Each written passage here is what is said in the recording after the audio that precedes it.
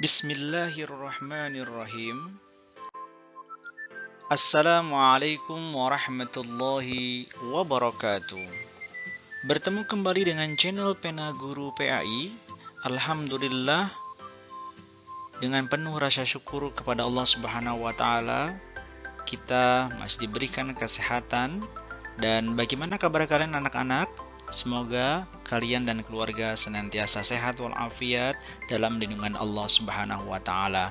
Sekali kita berdoa, mudah-mudahan pandemi ini segera berlalu sehingga kita bisa belajar dan beraktivitas yang lain secara normal kembali. Anak-anak soleh dan solehah, pada hari ini kita akan belajar tentang memahami makna doa sebelum dan sesudah makan, yang merupakan materi mata pelajaran pendidikan agama Islam dan budi pekerti kelas 2 semester 1. Sebelum mulai belajar, mari kita berdoa semoga Allah memberikan kemudahan dalam memahami pembelajaran hari ini. Mari kita angkat kedua tangan kita dan tundukkan kepala kita. Bismillahirrahmanirrahim. Raditu billahi rabba wa bil islami dina wa bi muhammadin nabiyya wa rasula rabbi zidni ilman warzuqni fahman. Anak-anak sekalian, tujuan pembelajaran pada hari ini adalah agar kalian memahami arti dan makna doa sebelum dan sesudah makan. Kemudian memahami pula makna makan dan minum dalam Islam, serta yang ketiga memahami adab makan dan minum dalam Islam. Ini menjadi sangat penting sekali karena makan dan minum merupakan aktivitas harian, aktivitas rutin yang kita laksanakan, sehingga ketika kita melakukan aktivitas rutin itu dengan cara-cara yang diajarkan oleh Rasulullah SAW dan disukai oleh Allah Subhanahu wa taala, itu akan menjadi ibadah buat kita semua. Ada beberapa dalil di dalam Al-Qur'an yang menyinggung tentang makan dan minum. Dan di hadis Rasulullah banyak sekali hadis yang menyinggung tentang adab makan, adab minum, semua hal yang berkaitan dengan masalah makan dan minum. Dan pada kesempatan kali ini, Bapak akan menyampaikan salah satu dalil Al-Quran yang terdapat dalam surah Al-Baqarah ayat 168. A'udzu billahi minasyaitonir rajim. Bismillahirrahmanirrahim. Ya ayyuhan nasu kulu mimma fil ardi halalan thayyiba wa la tattabi'u khutuwatis syaitan innahu lakum aduwwum mubin. Shadaqallahul azim. Wahai manusia, makanlah dari makanan yang halal dan baik yang terdapat di bumi, dan janganlah kamu mengikuti langkah-langkah setan. Sungguh setan itu musuh yang nyata bagimu. Ayat ini menegaskan kepada kita semua bahwa Islam menginginkan umatnya makan dengan makanan yang halal dan thayyib. Thayyib artinya makanan yang baik untuk diri kita dan memang baik juga untuk tubuh kita. Jadi bukan hanya baik untuk diri saja, tapi juga harus baik untuk tubuh kita, menyehatkan tubuh, memberikan energi yang positif untuk tubuh, tidak membahayakan tubuh. Kemudian kita dilarang mengikuti keinginan-keinginan setan yang mengajak kita untuk mengkonsumsi atau makan makanan-makanan yang haram yang dilarang oleh agama. Karena sesungguhnya setan itu adalah benar-benar musuh yang nyata bagi kita semua, karena setan selalu mengajak kepada kita untuk melakukan hal-hal atau perbuatan-perbuatan yang tidak disukai oleh Allah Subhanahu wa taala. Anak-anak sekalian, mari kita membahas tentang bagaimana adab makan dan minum dalam Islam. Rasulullah SAW, sebagaimana telah disinggung tadi di awal sama Bapak, banyak sekali mengajarkan tata cara makan yang disukai oleh Rasulullah SAW. Sebagai seorang utusan dari Allah Subhanahu wa taala, tentunya cara makan Rasulullah ini adalah cara makan yang baik, yang perlu kita teladani, karena tentunya segala gerak-gerik, tingkah, kemudian perbuatan Rasulullah SAW itu adalah merupakan panduan, arahan dari Allah Subhanahu wa Ta'ala. Mari kita akan lihat apa saja adab makan dan minum dalam Islam.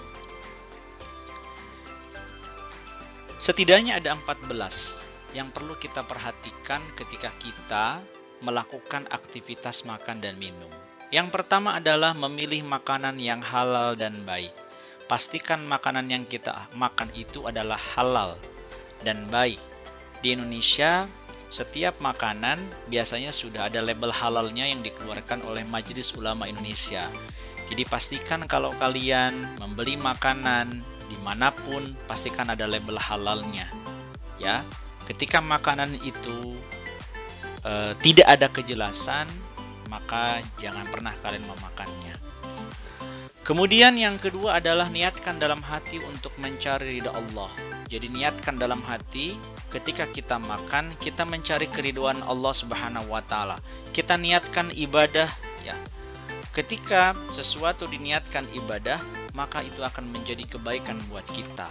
Maka ketika kita makan, ya, diniatkan mencari ridha Allah, diniatkan ibadah. Karena dengan kita makan, maka kita akan bisa beribadah kepada Allah, kita akan bisa berzikir mengingat Allah, dan kita bisa melaksanakan perintah-perintah Allah yang lain. Nah, sehingga makan kita, minum kita, itu merupakan ibadah dan dicatat kebaikan oleh Allah Subhanahu wa Ta'ala. Yang ketiga adalah makanlah dengan duduk tegak, tidak bersandar, ya, tidak berbaling, dan tidak telentang atau tiduran, ya. Kemudian yang keempat adalah membaca doa, ya. Pastikan kalian ketika mau makan dan minum berdoa, ya, berdoa dengan membaca doa yang sempurna, ya, atau hanya dengan mengucapkan Bismillahirrahmanirrahim, ya. Kemudian yang kelima adalah makan dan minum dengan tangan kanan, ya. Hadis Rasulullah menegaskan, ya, kepada kita semua agar kita makan, ya, kemudian minum dengan tangan kanan, ya, dan juga kita diajarkan untuk makan dan minum dengan duduk, tidak berdiri. Kemudian yang keenam, dianjurkan makan dengan 3 jari. Ya, Rasulullah SAW, ya, dikatakan oleh beberapa hadis dari para sahabat, beliau makan dengan 3 jari ketika makan kurma.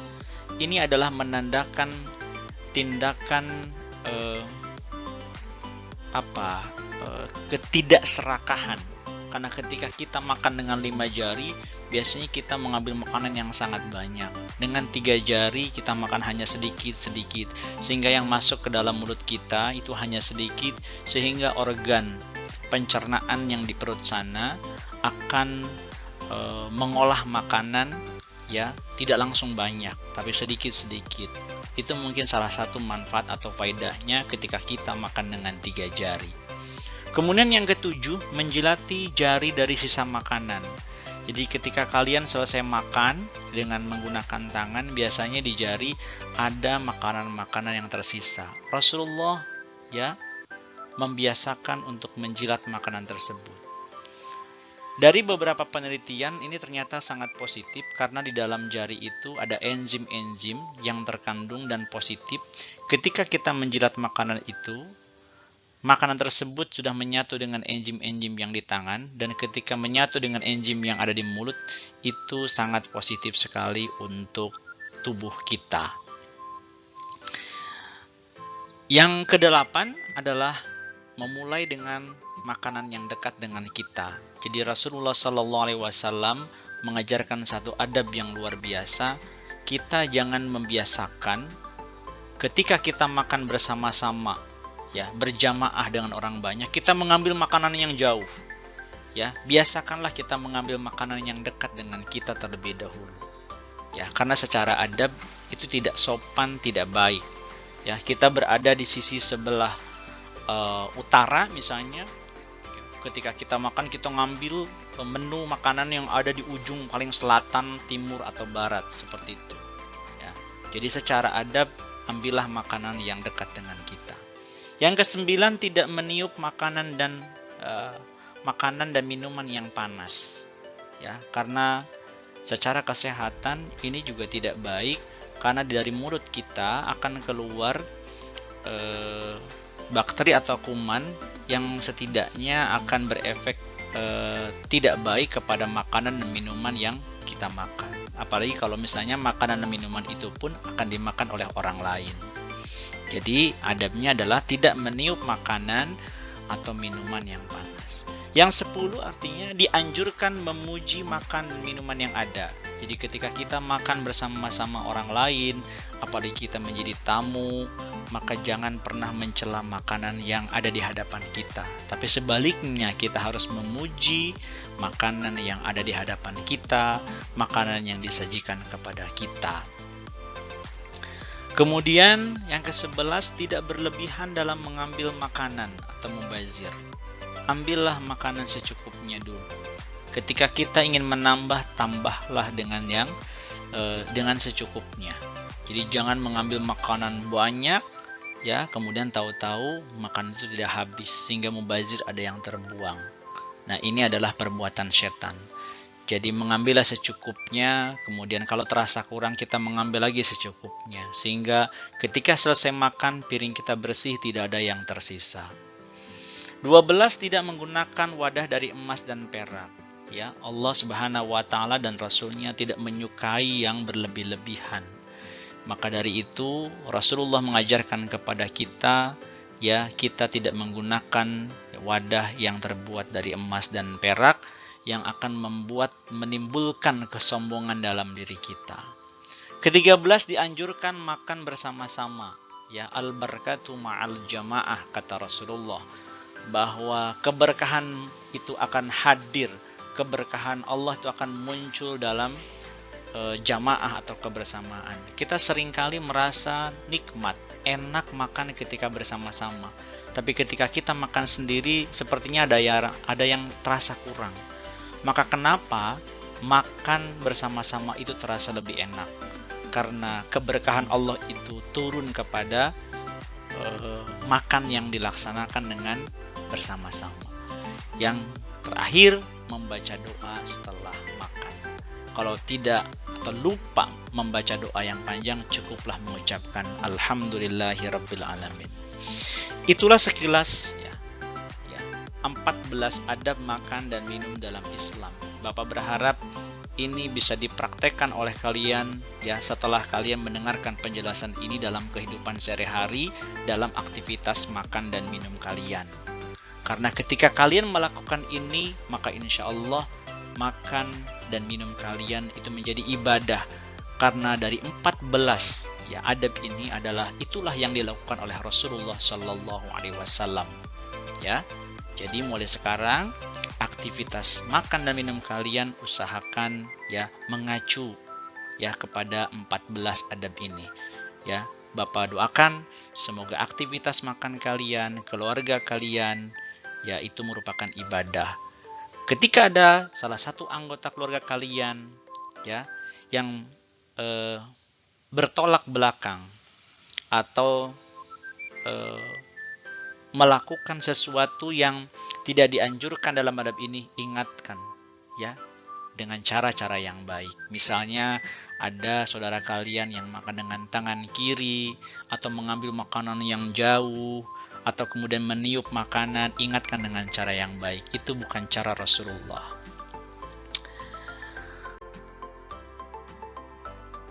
Selanjutnya, inilah doa sebelum makan. Silahkan kalian hafalkan, dan Bapak yakin semua dari kalian pasti sudah hafal karena doa ini sudah diajarkan dari sejak taman kanak-kanak ya. Bismillahirrahmanirrahim. Allahumma barik lana fima razaqtana wa qina adzabannar. Bismillahirrahmanirrahim. Artinya, ya Allah, berkahilah kami dalam rizki yang telah Engkau limpahkan kepada kami, dan peliharalah kami dari siksa api neraka dengan menyebut nama Allah yang Maha Pengasih lagi Maha Penyayang.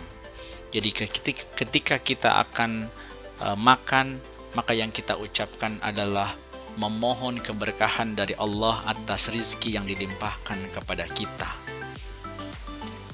Doa ini sebaiknya kalian baca ya sebelum kalian makan ya.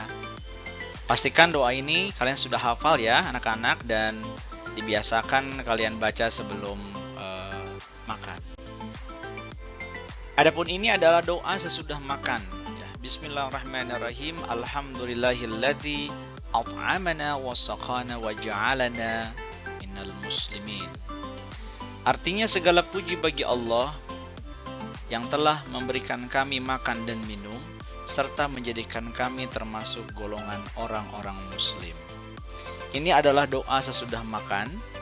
Mohon maaf di doa kalian mungkin ada yang menggunakan wa ja'alana minal muslimin, ada juga yang menggunakan lafaz seperti di teks ini wa ja'alana muslimin, itu pada dasarnya sama saja ya.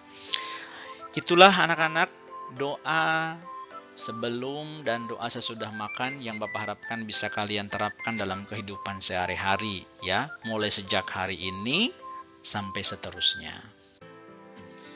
Demikianlah pembelajaran hari ini anak-anak, semoga kalian dapat memahami penjelasan materi hari ini dengan baik dan kalian dapat menerapkannya yang lebih penting dalam aktivitas makan dan minum kalian sehari-hari. Mari kita tutup perjumpaan ini dengan membaca doa penutup majelis. Bismillahirrahmanirrahim. Subhanakallahumma wa bihamdika asyhadu an la ilaha illa anta astaghfiruka wa atubu ilaik. Terima kasih telah belajar bersama.